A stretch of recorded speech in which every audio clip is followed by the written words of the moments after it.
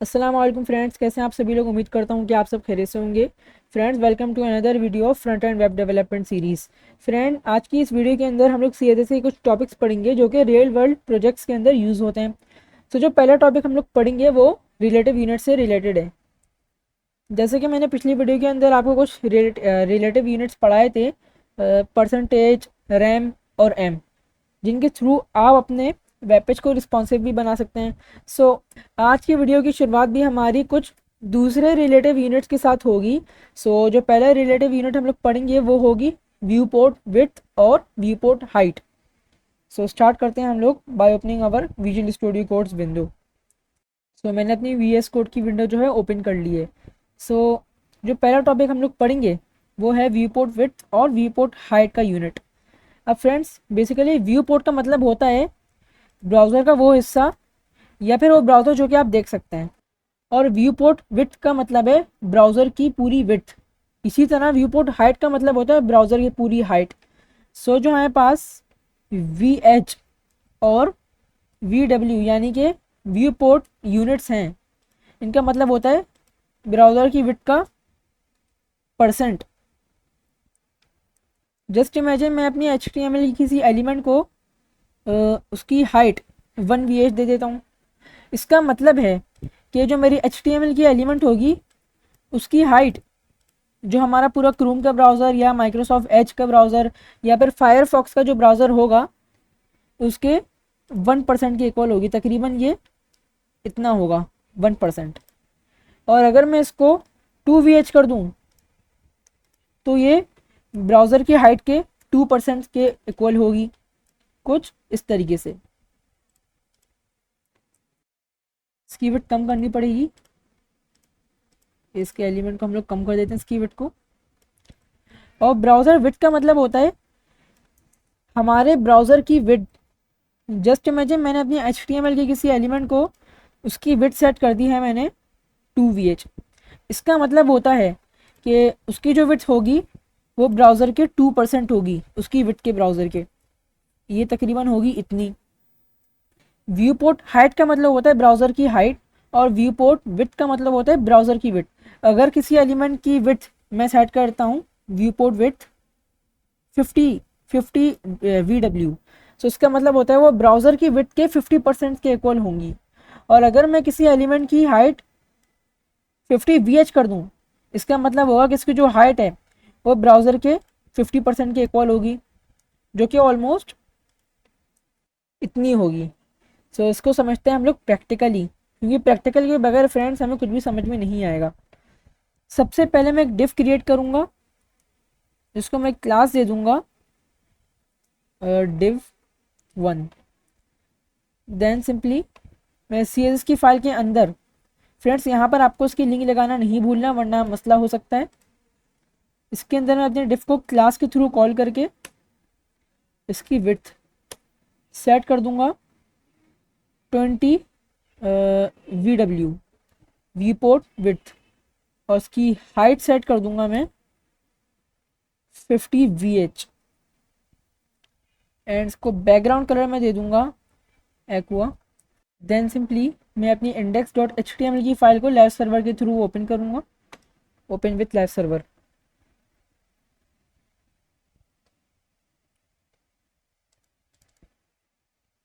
Wait, I think class का कोई मसला आ रहा है।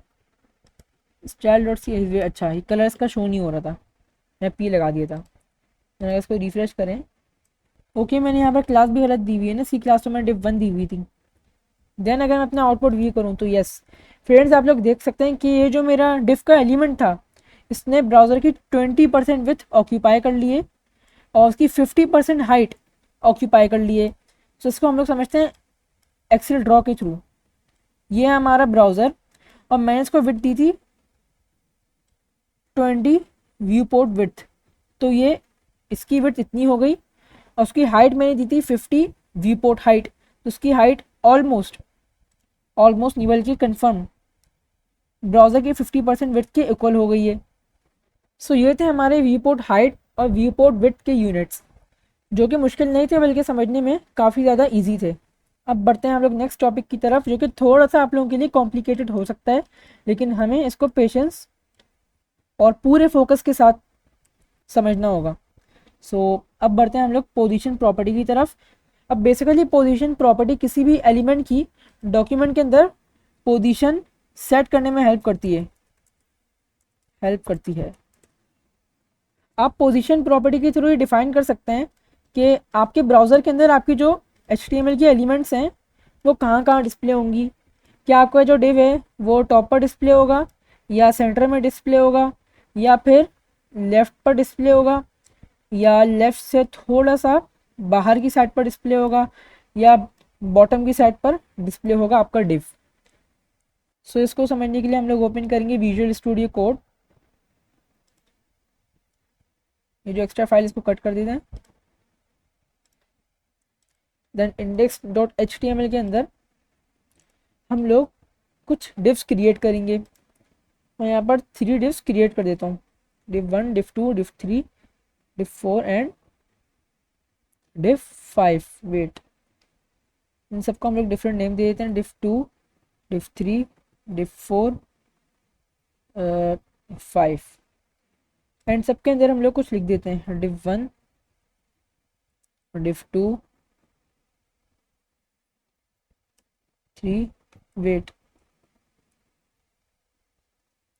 div4 and div5। और इन सबको जो है हम लोग डिफरेंट बैकग्राउंड कलर दे देंगे, इनकी हाइट और विड्थ सेट करके। टोटल 5 डिव्स हैं। यहाँ मैं सबको डिफरेंट कलर जो है असाइन कर दिए हैं। अब सिंपली मैं इन सबकी विड्थ जो है व्यू पुट हाइट के बजाय मैं इनकी विड्थ दे दूँगा पिक्सल्स में, 100 पिक्सल्स, और विड्थ भी 100 पिक्सल्स।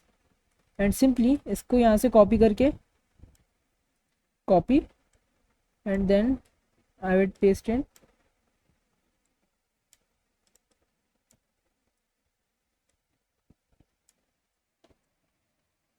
मैंने यहाँ पर सबको इंडिविजुअली विड्थ जो है विड्थ और हाइट असाइन कर दिए। अब आउटपुट व्यू करते हैं कंफर्मेशन के लिए। यहाँ पर सारे डिव्स जो हैं मेरे यहाँ डिस्प्ले हो गए और इनकी हाइट और विड्थ, अच्छा इनकी विड्थ तो डिस्प्ले हो रही है लेकिन मैंने हाइट नहीं लिखी ना, तो मैंने यहाँ ये एरर भी जो है सॉर्ट आउट कर दिए। यस, तो हमारे जितने भी डिव्स हैं वो प्रॉपर्ली यहाँ पर डिस्प्ले हो रहे हैं। अब सिंपली मैं इनको जो है एक ही लाइन के अंदर ले आऊँगा, इन सबको जो है मैं दे दूँगा डिस्प्ले इनलाइन ब्लॉक, ताकि हम इनको मार्जिन भी सेट कर सकें। एंड सिंपली इनलाइन ब्लॉक को मैं इंडिविजुअल डिव के अंदर पेस्ट कर दूँगा यहाँ इस साइड पर। Then div 5। यहाँ हमारे इंडिविजुअल डिव्स जो हैं डिस्प्ले हो गए। एंड देन अपनी हेडिंग के थ्रू मैं यहाँ पर लिख दूंगा डिस्प्ले प्रॉपर्टी, ताकि आप लोगों को समझने में आसानी हो जाए। ओके, जो पहली प्रॉपर्टी हम लोग डिस्कस करने जा रहे हैं वो है हमारी स्टैटिक प्रॉपर्टी। स्टैटिक जो है एक डिफ़ॉल्ट प्रॉपर्टी होती है। अगर मैं किसी डिफ को पोजीशन स्टैटिक कर दूं एंड देन इसको मैं टॉप 0 लिखूं। अब बेसिकली इस टॉप का मतलब मैं आपको भी समझाता हूँ, लेकिन पहले हमें स्टैटिक को समझना पड़ेगा। जब भी आप किसी डिफ को या किसी HTML की एलिमेंट को स्टैटिक असाइन करते हैं तो उसके लिए आप लोग 4 स्पेसिफिक वैल्यूज सेट नहीं कर सकते, जो कि है top, bottom, left and right. For example, अगर मैं किसी वैल्यू को स्टैटिक के बजाय रिलेटिव कर दूं एंड देन उसको मैं टॉप से दूं 20 पिक्सल्स, इसका मतलब होगा कि वो जहाँ पर मौजूद होगा वो टॉप से 20 पिक्सल्स की मार्जिन लेकर नीचे को आ जाएगा। अब इसके लिए मैं मार्जिन को नहीं यूज़ करूँगा, मैं लिखूँगा टॉप एंड देन जो वैल्यू हमारी देनी होगी हमें वो हम यहाँ वैल्यू लिख देंगे। ये टॉप, बॉटम, लेफ्ट, राइट और जी इंडेक्स, ये 5 प्रॉपर्टीज़ होती हैं जो कि सिर्फ और सिर्फ पोजीशन, रिलेटिव, एब्सोल्यूट, फिक्स्ड और स्टिकी के साथ ही खाली वर्क करती हैं। इनको हम लोग एज अ मार्जिन कंसीडर कर सकते हैं, क्योंकि अगर मैं किसी एलिमेंट को टॉप 10 पिक्सल्स दूंगा तो टॉप से 10 पिक्सल्स मार्जिन लेकर नीचे आ जाएगा, लेफ़्ट से दूंगा तो वो लेफ़्ट से आगे की तरफ हो जाएगा, और अगर मैं इसको राइट से दूंगा तो वो राइट से आगे की तरफ हो जाएगा। और इसी तरह हमारी बॉटम, लेफ्ट और राइट प्रॉपर्टीज भी वर्क करती हैं। विजुअल स्टूडियो कोड ओपन करेंगे एंड देन हम लोग यहाँ पर लिखेंगे पोजीशन रिलेटिव, क्योंकि स्टैटिक के अंदर टॉप, बॉटम, लेफ्ट और राइट वर्क नहीं करते रिलेटिव। एंड देन टॉप से मैं इसको दे दूंगा 0 पिक्सल्स। एंड देन अगर मैं अपना आउटपुट व्यू करूँ, इसको रिफ्रेश कर लेते हैं, तो टॉप से थोड़ा सा मुझे यहाँ 0 के बजाय 20 देना पड़ेगा। आप लोग देखेंगे अपनी पोजीशन से थोड़ा सा जो है 20 पिक्सल्स का मार्जिन लेकर नीचे की तरफ आ गया है। इसको मैं थोड़ा सा और टॉप से 50 पिक्सल दे देता हूँ, तो ये और नीचे आ जाएगा। सो फ्रेंड्स, यहाँ पर आप लोग देख सकते हैं टॉप से 50 पिक्सल्स की तरफ खींचकर थोड़ा सा जो है नीचे की तरफ आ गया है। और इसी तरह अगर मैं इसको लेफ़्ट से, यहाँ मैं लिखता हूँ लेफ़्ट 20 पिक्सल्स। अब ये लेफ़्ट 20 पिक्सल्स का मतलब है कि ये लेफ़्ट से थोड़ी सी स्पेस लेकर 20 पिक्सल्स का गैप लेकर ये आगे को जो है फॉरवर्ड हो जाएगा। अगर मैं इसको थोड़ा सा जूम इन करके दिखाऊँ आप लोगों को, तो ये आप देखेंगे कि जो मेरा डिफ 1 था वो डिफ 2, डिफ 5 और डिफ 4 के ऊपर जो है ओवरलैप कर रहा है। वेट, इसको हम लोग वापसी से 100 कर देते हैं। सो ये थी हमारी पोजीशन रिलेटिव प्रॉपर्टी। अब पढ़ते हैं पोजीशन एब्सोल्यूट। अब पोजीशन एब्सोल्यूट में ये अपने सबसे ज़्यादा करीब पेरेंट के रिलेटिव हो जाएगा। फॉर एग्जांपल, अगर मैं किसी एलिमेंट को पोजीशन रिलेटिव दे दूं एंड देन मैं इसको टॉप 20 पिक्सल्स दे दूं, सो अपने क्लोजेस्ट रिलेटेड एंसिस्टर या पर पेरेंट उसके करीब से जो है स्पेस लेकर नीचे को आ जाएगा। अगर हम इसको 20 पिक्सल्स टॉप से दें, टॉप 20 पिक्सल्स। फॉर एग्जांपल, मैं एक बॉडी के अंदर डिफ बनाया, तो बॉडी क्या है इसका पेरेंट, तो ये बॉडी मतलब बिल्कुल स्टार्ट से 20 पिक्सल्स का गैप लेकर नीचे को आ जाएगा। अगर मैं इसी टॉप को लेफ्ट कर दूंगा तो वो बॉडी के बिल्कुल लेफ्ट से 20 पिक्सल्स लेकर आगे को हो जाएगा। अब ऐसे रिलेटिव में नहीं होता। रिलेटिव के अंदर कुछ ऐसा होता है कि आपके एलिमेंट जहाँ जहाँ पर डिस्प्लेड है वो वहीं से 20 पिक्सल्स या वहीं खड़े खड़े 20 पिक्सल्स का गैप लेकर आगे चल जाएगी राइट की तरफ। अगर टॉप से 20 पिक्सल्स देंगे तो अपनी पोजीशन में रहते हुए वो टॉप से 20 पिक्सल्स खींचकर बॉटम की तरफ आ जाएगी। सो ये द डिफरेंस पोजीशन रिलेटिव और पोजीशन एब्सोल्यूट में। हम लोग यहाँ पर पोजीशन एब्सोल्यूट ट्राई करेंगे। फॉर एग्जाम्पल, मैं यहाँ डिफ के अंदर, डिफ 2 के अंदर यहाँ मैं इसको पोजीशन दे देता हूँ एब्सोल्यूट। एंड देन अगर मैं इसको टॉप से 0 पिक्सल्स दे दूंगा, तो फिर आप लोग नोटिस करेंगे कि ये जो मेरा डिफ 2 था टॉप से बिल्कुल चिपक चुका है। ये बिल्कुल चिपक चुका है और ये रेड वाला जो मेरा डिफ था, आई थिंक ये डिफ 2 था, ये इसके ऊपर ओवरलैप कर रहा है। ओवरलैप का मतलब है ये एक के ऊपर एक स्टैक कर रहा है। एंड देन अगर मैं इसको बॉटम से, इसको हम हटा देते हैं, बॉटम से मैं इसको दे दूं 10 पिक्सल्स, तो ये बॉटम से थोड़ा सा ऊपर हमें डिस्प्ले हो जाएगा कुछ इस तरीके से। और ये मेरे जूम के साथ साथ एडजस्ट हुआ हुआ है। अगर मैं इसको 100% दूंगा तो ये इन सब के और करीब हो जाएगा। अगर मैं इसको 90% करता हूँ तो ये थोड़ा सा और दूर हो जाएगा। एंड अगर अपने ब्राउज़र की जो है साइजिंग पूरी 100% कर दूंगा, आई मीन यस 100% हो गई, तो ये अब अपनी जो है नॉर्मल साइज पर आ जाएगा, जो कि इसका वो साइज था जो मैंने इसको दिया था। अगर मैं इसको बॉटम से 30 पिक्सल्स दे दूं, तो जो मेरी एलिमेंट होगी बॉटम से 30 पिक्सल्स की स्पेस लेकर ऊपर की तरफ आ जाएगी कुछ इस तरीके से। यहाँ पर आप लोग देख सकते हैं थोड़ा सा ऊपर को आ गई है। अगर मैं इसको बॉटम से 100 पिक्सल्स दे दूं तो ये और ऊपर को आ जाएगा। सो ये थी हमारी पोजीशन एब्सोल्यूट। अब पढ़ेंगे हम लोग पोजीशन फिक्स्ड। इसको मैं देता हूँ पोजीशन फिक्स्ड। आप जिस भी एलिमेंट को पोजीशन फिक्स देते हैं वो आपके स्क्रॉलिंग के साथ साथ अपनी पोजीशन से बिल्कुल चुपका रहता है। फॉर एग्जांपल, मैं यहाँ पर बहुत सारा कुछ रैंडम टेक्स्ट जनरेट करवाना पड़ेगा। किसके बाद ये डिफ 3 है ना, सो डिफ 3 के बाद मुझे बहुत सारे रैंडम टेक्स्ट लिखूंगा मैं यहाँ पर। लॉरम, अगर मैं लॉरम एस्टेरिक 5 करूँ तो ये 5 टाइम लॉरम जनरेटर की लाइन मुझे जो है यहाँ पर डिस्प्ले करवा देगा।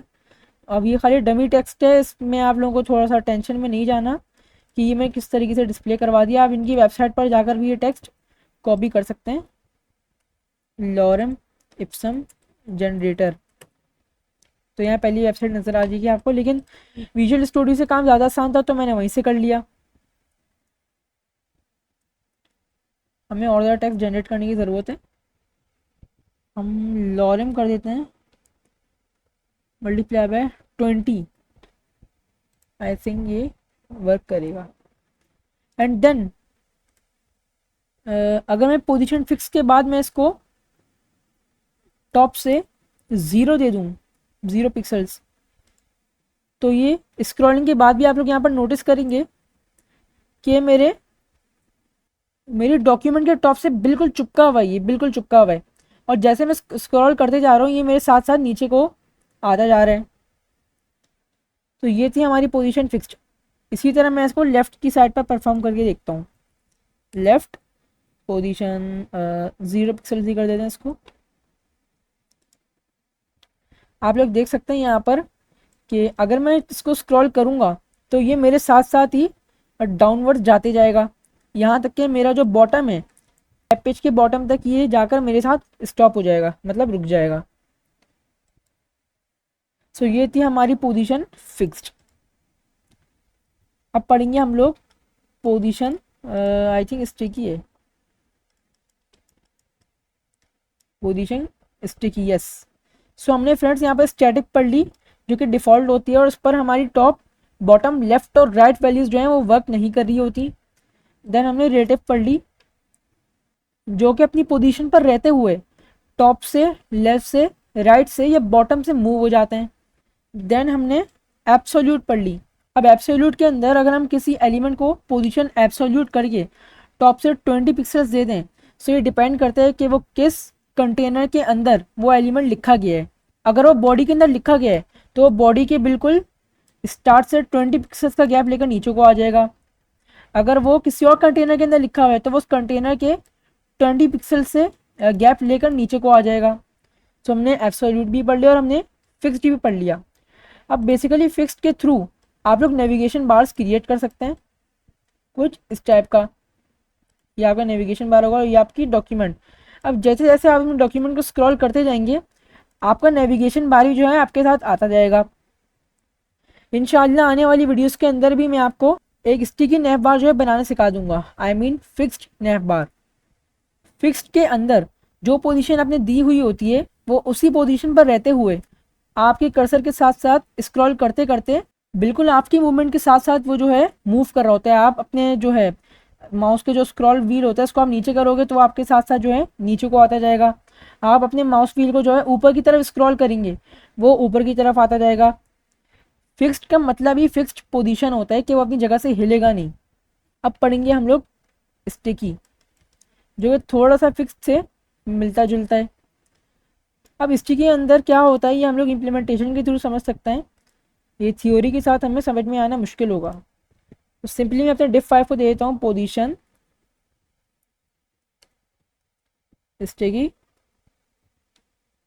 एंड देन इसको मैं लेफ्ट से या टॉप से मैं इसको दे देता हूँ 500 पिक्सल्स, 500 पिक्सल्स। अब इसका मतलब ये है पोजीशन स्टिकी टॉप 500 पिक्सल्स का कि जब तक मैं स्क्रॉल करते करते 500 पिक्सल्स तक ना पहुंच जाऊं ये तब तक मेरे साथ नहीं चिपकेगा। और जैसे ही मैं पहुंच जाऊंगा ये फ़ौरन मेरे बार के साथ जो है स्टिक हो जाएगा, मतलब जो मेरी बॉडी या जो भी एलिमेंट होगी उसके साथ ही स्टिक हो जाएगा, मतलब चिपक जाएगा। समझते हैं हम लोग आउटपुट के थ्रू। फॉर एग्जाम्पल डिफ 5 जो है मेरा नीचे को है, थोड़ा सा मैं स्क्रॉल करते करते डिफ 5 तक पहुंचूंगा तो वेट मुझे यहाँ और ज़्यादा टेक्स्ट जो है जनरेट करना पड़ेगा। सो डिफ 5 के अंदर यहाँ पर लिखूंगा लॉरम मल्टीप्लाई बाय 40। अब आप लोग एक चीज़ नोटिस करेंगे मैं जैसे जैसे स्क्रॉल करके उसका पूरा डिस्टेंस 500 पिक्सल्स कवर करके इसके पास पहुंचूंगा, तो वो मेरा जो ग्रीन कलर का बार है यहाँ पर मेरे साथ जो है स्टिक हो जाएगा।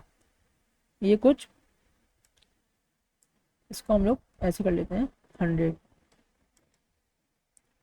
कुछ इस तरीके से।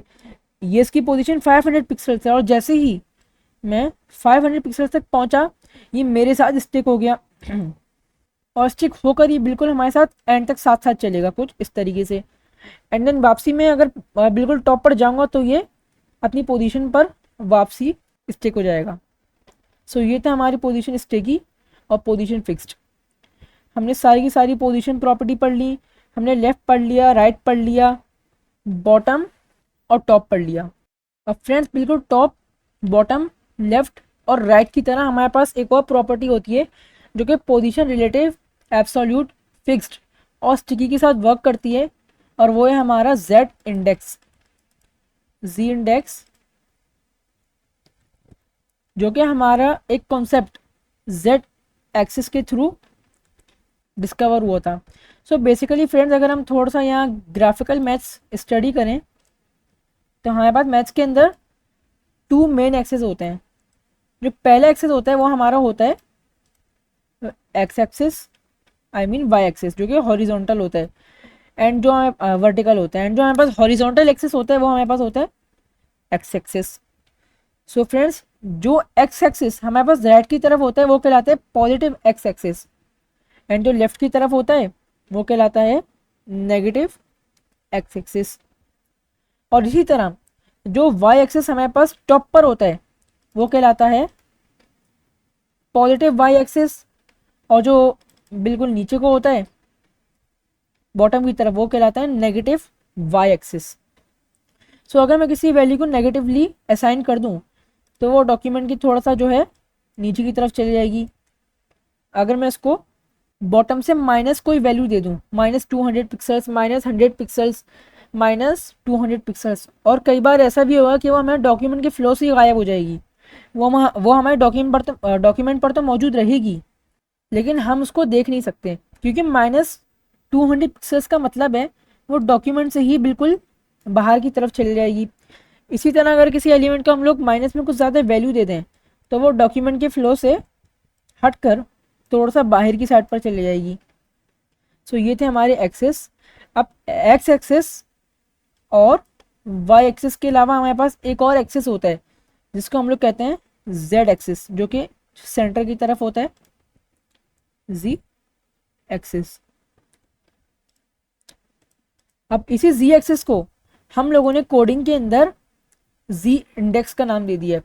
अब बेसिकली जी इंडेक्स डिफाइन करता है कि आपकी जो डिव्स हैं किस तरीके से एक दूसरे के ऊपर ओवरलैप होंगे, मतलब किस तरीके से एक दूसरे के ऊपर जो है डिस्प्लेड होंगे। फॉर एग्जाम्पल, आपने एक एलिमेंट बनाई जिसको आपने नाम दे दिया div1, एंड देन उसके बाद आपने एक और एलिमेंट बनाई जिसको आपने नाम दे दिया div2, और उसको पोजीशन रिलेटिव करके माइनस करके कुछ जो है आपने कुछ वैल्यू ऐसी असाइन कर दी कि वो आपके div1 पर जो है ओवरलैप कर रही थी। अब अगर मैं चाहूँ कि मेरा div1 जो है div2 के ऊपर ओवरलैप कर जाए तो मुझे मेरे div1 का इंडेक्स जो है, जी इंडेक्स जो है, मुझे उसका div2 से ज़्यादा करना पड़ेगा, तब जाकर वो मेरे div2 के ऊपर ओवरलैप करेगा। अब जिस एलिमेंट को आप लोग पहले लिखते हैं और जिस एलिमेंट को आप लोग बाद में लिखते हैं, तो जो बाद में लिखे जाने वाली एलिमेंट होती है वो पुरानी एलिमेंट के ऊपर ओवरलैप कर जाती है। अब इसी चीज़ से बचने के लिए हम लोग इस्तेमाल करते हैं जी इंडेक्स, ताकि जिस एलिमेंट को हमने थोड़ा इंपॉर्टेंट दिखाना हो उसको हम लोग दूसरे एलिमेंट्स के ओवरलैप कर दें, उनके ऊपर शो करवा दें। अब जिसका सबसे ज़्यादा जी इंडेक्स होगा वो उतने ज़्यादा टॉप पर शो होगी। इसको समझते हैं विजुअल स्टूडियो कोड की तरफ। सबसे पहले मैं इन सब की जो वैल्यूज़ हैं इनको रिलेटिव कर देता हूँ। इन सबको यहाँ से हटा देता हूँ, इस पर इन लाइन को रहने देते हैं, एंड इसको हटा देते हैं, इसको हटा देते हैं। सिंपली हम लोग पोजीशन रिलेटिव रखते हैं, Ctrl+C, और इसको भी हम लोग हटा देंगे। एंड जो पोजीशन रिलेटिव होगी उसको सबके अंदर जो है जाकर पेस्ट कर देंगे कुछ इस तरीके से। देन अगर मैं div1 को दूं लेफ्ट से 30 पिक्सल्स का मार्जिन, तो फिर आप लोग नोटिस करेंगे कि जो मेरा div 1 होगा और div 2 के ऊपर जो है थोड़ा सा ओवरलैप हो जाएगा। नहीं, जो मेरा div 2 था वो मेरे div 1 के ऊपर ओवरलैप हो रहा है, क्योंकि मैंने div 1 को जो है पहले लिखा है। तो जो पहले लिखे जाने वाला एलिमेंट होता है वो दूसरे एलिमेंट के नीचे आ जाता है। सो अगर मैं चाहूँ कि जो मेरा div 1 है वो div 2 के ऊपर आ जाए, तो सिंपली मैं अपने div 1 का z इंडेक्स कर दूंगा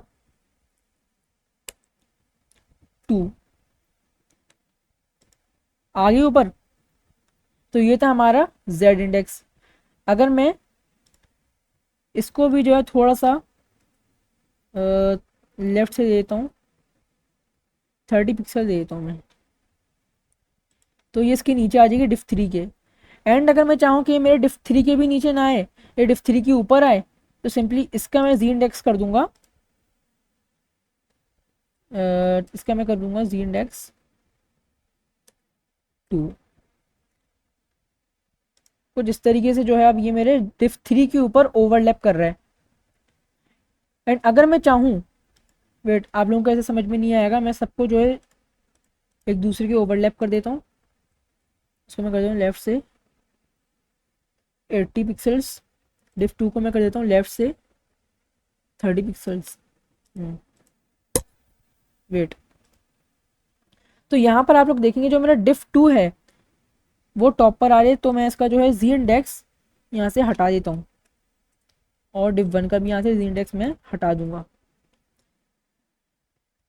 अब आप लोग नोटिस करेंगे कि मेरा div 3 सबसे ज़्यादा टॉप पर है, देन मेरा div 2 है, देन मेरा div 3 है। लेकिन अगर मैं चाहूँ कि जो मेरा div 2 है वो div 3 के भी ऊपर आए और div 1 के भी ऊपर आए, तो मैं इसका सबसे ज़्यादा z इंडेक्स कर दूंगा, मैं इसका z इंडेक्स कर दूंगा 2, तो ये सबके ऊपर आ जाएगा। लेकिन अगर मैं div 3 का z इंडेक्स 3 कर दूंगा, z इंडेक्स, तब इसका जो z इंडेक्स है वो div 2 के z इंडेक्स से ज़्यादा होगा, तो ये div 2 के ऊपर जो है ओवरलैप कर जाएगा कुछ इस तरीके से। सो ये थी हमारी इंडेक्स की प्रॉपर्टी। अब जो नेक्स्ट टॉपिक हम लोग पढ़ेंगे वो बहुत ज़्यादा इंटरेस्टिंग टॉपिक है। उसके अंदर हम लोग बैकग्राउंड के अंदर इमेज इंसर्ट करवाएंगे। तो यहाँ पर जितने भी डिव्स आप लोग देख रहे हैं, मतलब इतने सारे डिव्स के अंदर तो मैं इमेज इंसर्ट नहीं करवा सकता, तो हम लोग यहाँ पर कम से कम एक डिव तो बाकी रखेंगे, ये जितने भी टेक्स्ट को हम लोग यहाँ से रिमूव कर देंगे। सो सिंपली जितनी भी इन सब की सीएस थी यहाँ से मैं इनको रिमूव कर दूंगा। एंड यहाँ जितना भी सारा काम था इसको यहाँ से हटाकर कुछ इस तरीके से। अब फ्रेंड्स अगर मैं चाहूँ कि मुझे div 1 के अंदर कोई इमेज इंसर्ट करनी हो, सो सिंपली अगर मेरे फाइल के अंदर कोई इमेज बाकी होगी, वेट, यहाँ तो मेरे पास कोई इमेज नहीं है, आई थिंक डॉक्यूमेंट्स के अंदर कोई इमेज पड़ी हुई होनी चाहिए, इन डॉक्यूमेंट्स में भी नहीं है।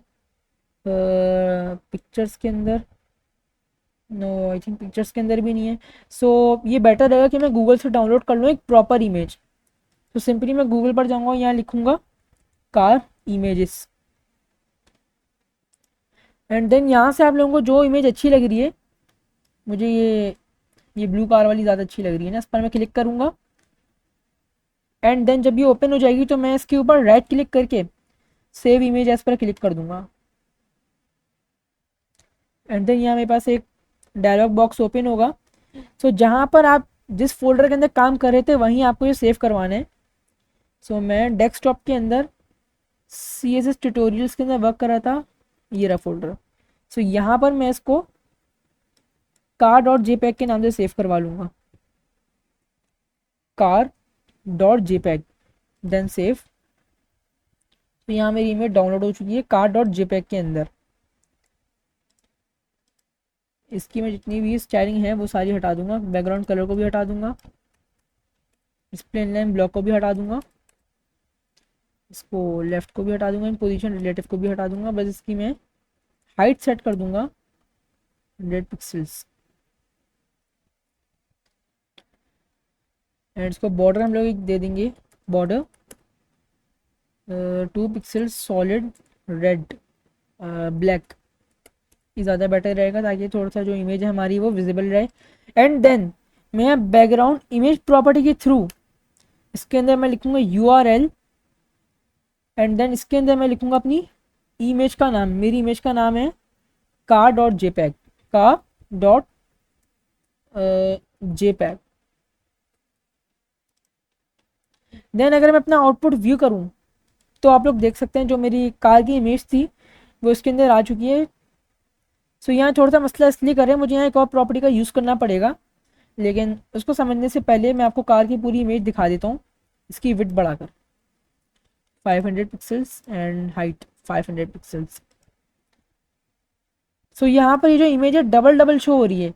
अगर मैं चाहूँ कि इमेज मेरे पास खाली एक ही टाइम पर शो हो तो उसके लिए मेरी प्रॉपर्टी यूज़ करनी पड़ेगी। इसके लिए हम लोग यूज़ करते हैं बैकग्राउंड साइज प्रॉपर्टी। सो ये जो अभी रिपीट हो रही है इसके लिए भी हम लोग एक और प्रॉपर्टी यूज़ करेंगे, लेकिन अभी इस इमेज को जो है पूरा फिट करवा देते हैं। अभी हम लोग साइज़ जो है डिफ़ॉल्ट रखते हैं, जो हमने पहले रखा था 100 पिक्सल्स। सो यहाँ पर आप लोग देखेंगे कि जो मेरी इमेज है थोड़े इसके पिक्सल्स भी फट रहे हैं और ये पूरी विजिबल भी नहीं है। सो अगर मैं बैकग्राउंड की प्रॉपर्टी यूज़ करूँ जिसको हम लोग कहते हैं बैकग्राउंड साइज कवर। अभी जो इसके अंदर प्रॉपर्टी है और उस प्रॉपर्टी की जो वैल्यू कवर का मतलब है कि जो पिक्चर है जितनी आ सकती है उतनी इस कंटेनर के अंदर जो है फिट हो जाएगी। अब बाकी जो पार्ट नहीं आ सकता उसको लाने के लिए हमें अपना डिफ का साइज़ बढ़ाना पड़ेगा। सो हम लोग अपनी विड्थ जो हमारा डिफ था उसकी विड्थ हम लोग कर देते हैं एटलीस्ट 150 पिक्सल्स। और ज़्यादा चाहिए तो उसको कर देते हैं 190 पिक्सल्स। सो ये जो इमेज है मेरी प्रॉपर्ली शो हो रही है। सो ये तो थी हमारी बैकग्राउंड कवर प्रॉपर्टी, जिसके अंदर कुछ ऐसा सिनेरियो होता है कि ये तो था मेरे एक डिव जिसकी हाइट थी 100 पिक्सल और विड्थ भी थी 100 पिक्सल, और ये थी मेरी इमेज जिसकी हाइट और विड्थ इससे काफ़ी ज़्यादा लार्ज थी। तो जब मैंने इसके अंदर पुट करने की कोशिश की तो ये जो इमेज थी थोड़ी सी मैं कंटेनर से बाहर जा रही थी, लेकिन उसने ओवरफ्लो से बचाने के लिए उसको पूरा का पूरा जितना पार्ट आ सकता था उसको उसके अंदर फिट करवा दिया। लेकिन अगर मैं कंटेन इस्तेमाल करूं तो कंटेन से कुछ ये सीन होता है कि इमेज का जितना पार्ट आ सकता है, कि अगर हमारा जो डिव है उसकी विड्थ 100 पिक्सल है, हाइट 100 पिक्सल है, तो वो उसका 100 पिक्सल और उसकी जो हाइट है वो भी 100 पिक्सल लेकर उस डिव के अंदर फिट कर देगा। लेकिन अगर मैं इसको ऑटो छोड़ दूँ, मतलब जो डिफ़ॉल्ट वैल्यू वही छोड़ दूँ, तो वो पूरी की पूरी इमेज कुछ इस तरीके से शो होगी। पूरी इमेज शो करवाने के चक्कर में जो है वो इमेज को बड़ा, इन लार्ज और ब्लर शो करेगा। तो उससे बचने के लिए जो है हम लोग कवर इस्तेमाल करते हैं। अब पढ़ते हैं हम लोग नेक्स्ट वैल्यू की तरफ, जो कि बैकग्राउंड साइज़ की ही वैल्यू है, और वो वैल्यू है हमारी, कवर पढ़ चुके हैं हम लोग, अब पढ़ेंगे हम लोग कंटेन।